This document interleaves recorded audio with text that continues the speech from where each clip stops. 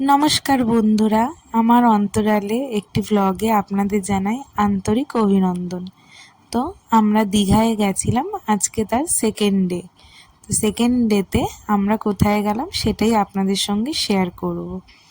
সকালবেলায় আমরা বেরিয়ে গেছিলাম মোহনায় যাওয়ার উদ্দেশ্যে। আর যাওয়ার সময় বন জঙ্গল এমনকি সমুদ্রের ঢেউ দেখতে দেখতে কত তাড়াতাড়ি যেন রাস্তাটা শেষ হয়ে গেল। আর সঙ্গে তো আমরা গল্প করছিলামই। গরম পড়েছিল ঠিকই, তবে গরম দেখে যেমন আমরাও ঘরে বসে থাকিনি, আমরাও বেরিয়েছি, সেরকম টুকটাক কিছু লোকজনও বেরিয়েছিল।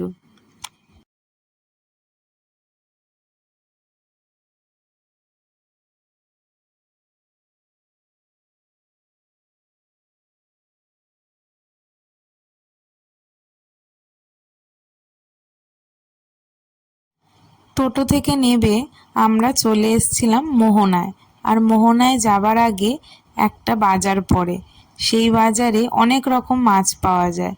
তো আমরা সবাই মিলে গেলাম যে কিরম কি মাছ আছে সেই সব দেখবো, সেই জন্য। তো দেখুন কত রকমের মাছ এখানে। আর বাঙালি বলে কথা, ভাত মাছে বাঙালি। মাছ দেখলেই সবার আগেই চোখ পড়ে ইলিশ মাছের দিকে আর চিংড়ি মাছের দিকে। সেই সর্ষে ইলিশ আর চিংড়ির মালাইকারি।